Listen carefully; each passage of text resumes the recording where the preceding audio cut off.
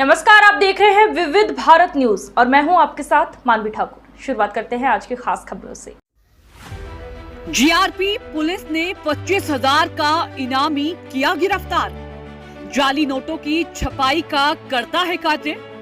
GRP Mathura junction द्वारा नोटों की जालसाजी करने वाले संगठित अंतर्राज्यीय गिरोह का पर्दाफाश करते हुए 3 अभियुक्तों को 2 दिन पहले गिरफ्तार किया गया था, जिनके कब्जे से 1,50,000 रुपये के जाली नोट पर नोट छापने का सिक्योरिटी पेपर भी बरामद किया था।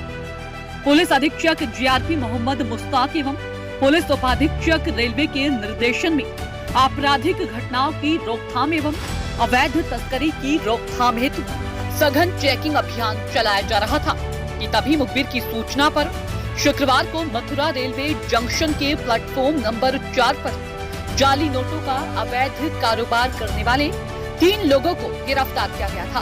कड़ी पूछताछ के बाद जाली नोटों की छपाई करने वाले सरगना पर पुलिस अधीक्षक रेलवे के द्वारा 25,000 रुपए का इनाम रखा गया था, जिसके चलते 8 टीम गठित की गई और टीमों की लगातार छापेमारी के चलते नोट छापने वाले 25,000 के इनामी को वाराणसी से गिरफ्तार कर लिया गया। पकड़ा गया अभियुक्त रौनक उर्फ मुकेश उर्फ दीपू पुत्र अमरनाथ निवासी चौबेपुर वाराणसी का रहने वाला है। जीआरपी पुलिस के द्वारा पकड़े गए अभियुक्त के आवास से जाली नोट छापने के भारी मात्रा में उपकरण भी बरामद किए गए हैं, जिसमें सिक्योरिटी थ्रेड का रोल, एक कंप्यूटर, एक यूपीएस, एक printer, high class 4th state की बड़ी machine, lamination machine, punching machine, paper cutter, pencil lighter, लकड़ी के फ्रेम, बोर्ड लकड़ी एवं 500 रुपए के 42 जाली नोट एवं अन्य अर्ध निर्मित जाली नोट भी बरामद किए गए। खुलासे के बारे में जानकारी देते हुए पुलिस अधीक्षक जीआरपी मोहम्मद मुश्ताक ने बताया कि यह एक बड़ा गिरोह है। अभियुक्त घर में नोटों की छपाई करता है और अन्य सेल्समैन के माध्यम से कई राज्यों में सप्लाई करता था।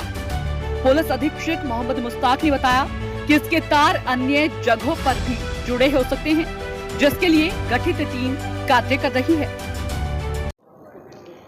जी सर, बताएं जीआरपी के द्वारा क्या सफलता प्राप्त हुई है? देखिए, 2 दिन पहले एक नकली नोटों के पूरा एक जो संगठित गिरोह था उसमें 3 लोगों को अरेस्ट किया गया था। उसी प्रकरण में जो मेन इसका एक सरगना जो बनारस का रहने वाला था, जिसका नाम रौनक उर्फ मुकेश है, जिसके ऊपर हम लोगों ने 25,000 का इनाम भी किया था, उसकी गिरफ्तारी जो है वो हुई है।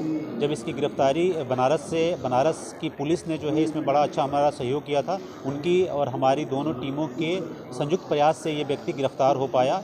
जब इसको हमने गिरफ्तार किया तो हमें पता चला कि इसके द्वारा बड़े स्तर पे जो छपाई का कार्य जो है वो किया जा रहा था बनारस में, और उसमें जो जिस भी उपकरण का इस्तेमाल कर रहा था छपाई में, वो सारे उपकरण भी बरामद जो है वो हुए हैं, जिसमें फ़ोटो स्टेट मशीन है, लेमिनेशन मशीन है, पंचिंग मशीन है, सिक्योरिटी थ्रेड का जो रोल है वो भी है वहाँ पे, और इसके अलावा बहुत सारे इंक जो हैं वो भी हमें बरामद हुए हैं वहाँ पे।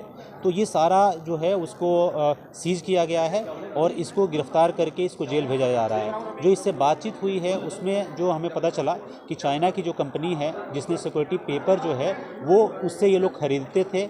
इसके अलावे भी इनके द्वारा सिक्योरिटी थ्रेड का भी रोल बंडल मंगा करके उसका भी ये लोग बनाते थे। सिक्योरिटी थ्रेड को अपना जो सिक्योरिटी पेपर है उस पर भी ये लोग बनाते थे। तो ये दोनों तरीके से काम कर रहे थे। एक पेपर भी बना बनाया चाइना से मंगा रहे थे, साथ ही जो सिक्योरिटी थ्रेड है उसको भी ये लोग अपने स्तर से भी बनाने का प्रयास कर रहे थे। और इनके जो गिरोह के लोग हैं वो हरियाणा के भी हैं, कुछ राजस्थान के हैं, कुछ दिल्ली के हैं, कुछ मुंबई के हैं। तो जो भी इनके द्वारा जो बताया गया है उन सभी को चिन्हित किया गया है और उनके खिलाफ भी जीआरपी के द्वारा जो है कठोर से कठोर कार्रवाई जो है वो की जाएगी। करेंसी भी बरामद हुई है? हाँ, इनके पास से 21,000 का जो 500 का नोट है वो बरामद हुआ है। 4 जो है जो अर्ध निर्मित जो जाली नोट है वो भी बरामद हुआ है।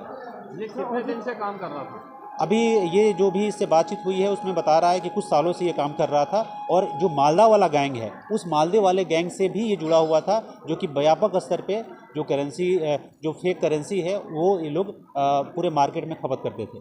और सर इस मामले की जो तार कहाँ तक जुड़े होने की उम्मीद है? जैसे मैंने आपको बताया कि मालदा है, कुछ हमें हरियाणा की जानकारी प्राप्त हुई है, कुछ मुंबई, कुछ दिल्ली, बनारस के भी कुछ और लोग हैं जिनकी जानकारी प्राप्त हुई है जो कि इसमें शामिल थे। तो जितने भी इसमें शामिल हैं इसके लिए इन्वेस्टिगेशन के लिए SIT बनाई गई है और उस SIT के माध्यम से इसका इन्वेस्टिगेशन जो है वो किया जा रहा है। साथ ही जो अन्य एजेंसियां हैं उनको भी इसके बारे में उनका सहयोग लिया जा रहा है, उनको शामिल किया गया है। तो जो भी इससे जुड़े हुए जितने भी लोग हैं सबके खिलाफ जो है कठोर से कठोर कार्रवाई की जाएगी। इनके ऊपर और भी कोई आका बैठी होने की उम्मीद है सर? अभी इन्वेस्टिगेशन चल रहा है, जो भी लोग इसमें मिलेंगे उनके खिलाफ कठोर कार्रवाई जो है वो की जाएगी।